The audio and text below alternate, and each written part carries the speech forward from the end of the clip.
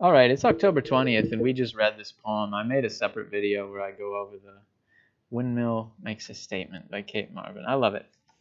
And I wanted to see if we could start the assignment. And the assignment is, hey, let's have some fun with rhyming. You don't have to do it at the end of the line. You can bounce around like she did. Boom, boom, boom. But then sometimes it is the end of the line. And sometimes you do it two in a row right after the other with no intervening words. The previous assignment was to hey, come up with an image and some comparisons. I wonder if we can squish those together and do two at the same time. This is not the answer key. This is not like what you have to do, but this is, hey, if you're lost, let's just try to make up something as we go. So I'm going to hit doc.new and get a little blank canvas to work with here. And what I was talking about was looking out the window, I see a tree. And this tree is a big boy. It's really tall. It's taller than the lamppost. It's taller than the buildings. And it stands out because it's big, bright, casts a shadow. Let's look at that as our image. I'm going to be inspired by this tree. If I trusted my webcam a little more, I'd grab it and point it at the tree, but I think it might just fall apart. Now, this tree, this is not a poem, okay? I'm literally just making some words here. It's tall. It's taller than everything, including buildings, the lamppost right next to it. It looks kind of like, a big person next to a small, skinny person, or a bigger person next to a tall person already.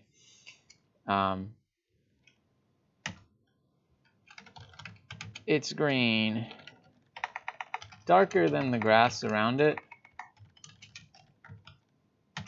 Summer's turning orange, yellow for fall, and it casts a big shadow. Now, those are the things that immediately stand out to me about this tree. There are probably many others that I might notice. For example, if it was windy and I looked out there, which it often is, I would notice it kind of shaking in the wind, and I would think about that. But currently it's not, so that doesn't come to my mind. Now, how can we make some comparisons? We want to use metaphors and similes because those are always, quote unquote, poetic. Those are the stuff that make it fun. We're not writing a newspaper article, we're writing art, and we want to use some logic that might be a little dreamy, it might be a little free associative, but we might want to sort of shake the reader out of their normal view and say, hey, let's look at it in a different view. Okay? To me, this thing, I might compare it to a big guy next to a skinny guy. Earlier I said it's like Wario and Waluigi. Okay? Am I going to put that in a poem? Probably not, but it's a start. Green, I don't know. Colors are always extremely meaningful. They tell you what to imagine, but they also tell you how it feels. If something is red, you might think of, blood and fire and passion. If something is blue, you might think of the calm, dark sea, which could be good or bad. And green, I'm not quite sure. I might come back to this one. Green, yeah. Nature, we got life, we got sort of like really dry stuff like leaves and grass, but then there's also like slimy frogs and when you slice open a cucumber and it's just like 90% water, The green could go a lot of ways. I'm not quite sure. Nothing's coming to mind, so I'm going to go to the next. Now this, I said this earlier, when I look at the tree and I see there's a little bit at the bottom that's changing color, it's dying. To me, that really feels like a person getting some gray hair. on their head or on their beard. If I look in the mirror and see like one white hair and I pluck it out or something, that immediately is what I see when I look out and see this tree. We're not so different, you and I, tree. We're both getting old. And it casts a big shadow. And to me, I see it move because this is out of my window and I look at different times of the day. And I compare that to like a sundial. Because theoretically, you could make marks in the grass that say noon, 9, 3, and 6, and the tree shadow would hit them at the right time. And I do remember a specific sundial that my grandparents had when I was a kid. You know, thinking about the little backyard that they had and so on. Now, none of these are like amazing in terms of blowing my mind and seeing things in a new way, but they are at least a start, because you want your comparisons to like have one thing in common with the original topic, but then everything else different. So like, oh, it's the same color, but it's a different thing, or it's this performing the same action, but in a different context. Like we saw Sylvia Plath comparing the thumb getting cut off to Little Pilgrim, the Indians axed your scalp. Is this like a guy with his scalp cut off? Does that mean that she can see the bone on your thumb like the person could if you expose the cranium? I don't know, but it certainly puts to mind that threat, you know. Now, let's go. I like this one. This is the one that's kind of stuck out to me at first. Is like, I don't know. When I look at that tree, I just see like that looks like a person who's gotten a couple gray hairs, or maybe it looks like Rogue from the X-Men who got that. At least in the movie version, that machine from Magneto drained her life force or whatever and gave a white streak. I haven't seen Rogue in a while. You ever see the like super extended version of Days of Future Past where she's in it for a minute? I don't know.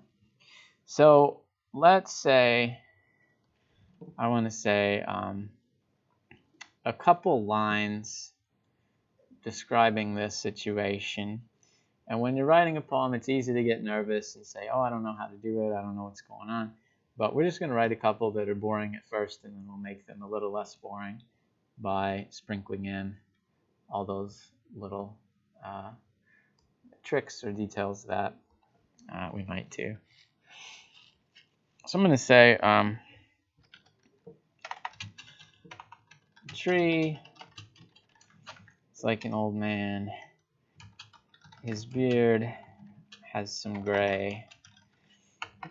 Do you spell it E-Y or A-Y? They're both fine. I think E-Y is like a British way, but sometimes it looks cooler.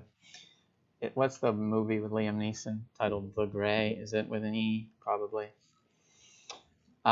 Let's say he looks in the mirror. And you know what? Me looking at this window and seeing the tree is kind of like me looking in a mirror. Maybe I am the tree. Maybe we're cousins in some poetic fashion. Maybe we're all part of the circle of life. What do you think? They're not answering. If you're watching the video, it's not like they're clamoring for art and I'm not picking it up on the mic. Nope, they're giving me nothing. But I do like that idea. Maybe I'm looking in the mirror when I look out this window. Maybe I'm seeing my future. Maybe I'm going to be a tree when I'm dead and gone and buried and grown into this new form. Maybe that's the last guy who was in this room. You know? That's how it goes. What do we think? When I look, I see myself turning something for the season. What do we want to say? Turning brittle. Thank you. Turning brittle for the season. You know what? Let's stop there and let's go on to the next part, which is Today we wanted to look at rhyme. Kate Marvin used a lot of rhyme, and I thought this was a fun poem because it's all sprinkled in. Sometimes it's a bunch, sometimes it's just two, sometimes they're far apart, sometimes they're next to each other. So we're not doing like the classic sing-songy ABAB type rhymes, and we're also not doing the formal Shakespeare sonnet type rhymes. We're having fun with it, okay? So let's have fun with it and throw in some rhymes. What you want to do basically is like pick one of your cool, interesting, juicy words. You're not going to pick like of or something.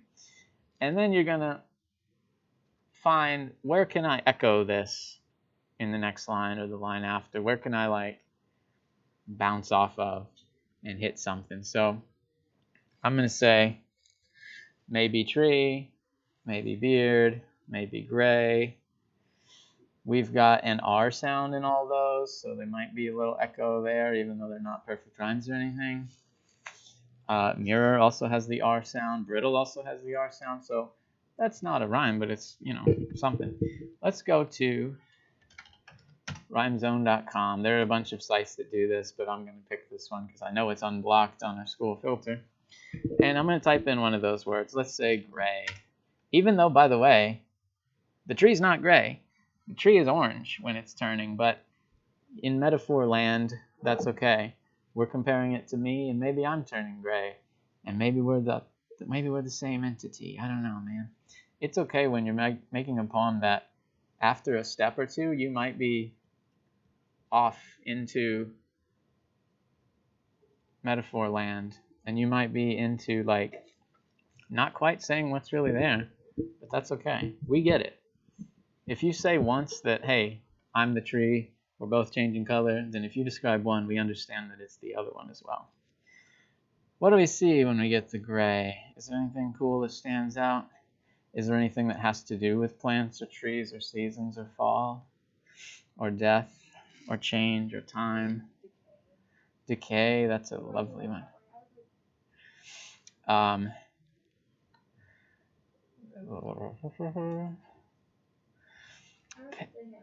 Pay could be a good one, like, oh, you all have to pay the, like, we must all pay the ferryman in Greek myth to take us into the underworld and put coins on our eyes and that kind of thing. Ray, because there's a lot of sunlight, even though it's autumn and it's turning into the darker seasons. At the moment, it's super bright outside. Stay, because we all, maybe I'm trying to stay. Maybe I'm going to stay and get a tree growing in this spot, so I'm going to stay forever. But yeah, sounds like decay is going to be our first choice, our most obvious one. We could keep scrolling and keep looking. But hey, decay is a fun word. So should I switch it here? And when I see decay, there's a rhyme. It's a little too obvious whenever you have like the end of the line and then 2 lines later. You don't want it to turn into like this sing-songy Gilligan's Island theme song type of I'm going to close the window because we're getting sound.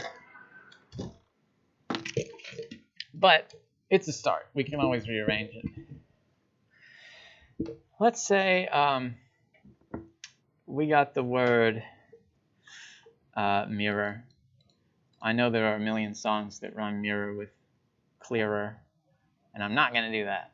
But let's see what happens if we put mirror in there. By the way, you know how there are like rhymes that are too obvious, that are too easy, like whenever you hear the word fire in a song, you just know that it's going to rhyme with desire in the next line. We want to avoid those. We don't want to make it like a cheesy jingle or something. Nearer could be cool. It could be like, winter is getting nearer or something like that. You know, our time is coming. My death is right there outside the window. I don't know why I'm doing that. You don't have to write a poem about death, but why not? Interferer. That could be cool. Let's do something with nearer. Let's see.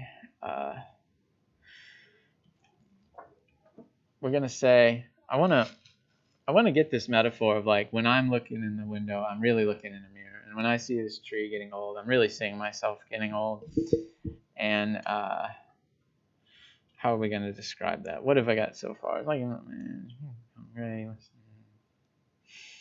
oh, that line is weird. I got to fix that just because it sounds too goofy, but that's okay. You don't want to edit yourself before you even put it down, because then you never put anything down. We want to write a bunch of nonsense and then make it good later, and then make it interesting later, and cut all the cringe. Let's see. I want to say something like, maybe I will become the next tree, and that's the last guy in this room. This is absolute nonsense. We can add a lot of cooler stuff, but like I said, you want to get your idea down. And what if I look at this in 2 days and I forgot what I was thinking? I want to have it at least explained in here, even if it's not explained with, like the most beautiful art. And my time is getting nearer. And that's good because you don't want to just do like ABAB, or you can, but the gray and decay. If we did mirror and mirror right next to each other, then it would be a little sing-songy, and we might feel like we were locked into that for the rest of the poem and we had to continue that pattern, when you really don't have to. You can bounce around and have fun. But this video is getting a bit long, and I don't want to post something that's half an hour, so I'm going to stop this. I just wanted to show that, hey, you can start putting something together, even if it's not very good. This is not very cool or anything, but we have to get our ideas down and then make them later, make them arranged in a nice way, and make them say each thing in the right order, and make them say it with cool words, and make them, like set up correctly with the title and all of that. But I really wanted to get into this lightly and show that I'm not assigning you to write a poem. I'm assigning you to write a couple lines and then build them up later. So maybe that'll help. Maybe for the people sitting here who went through this, or the people who check it out later, we can get a few ideas flowing. Thanks.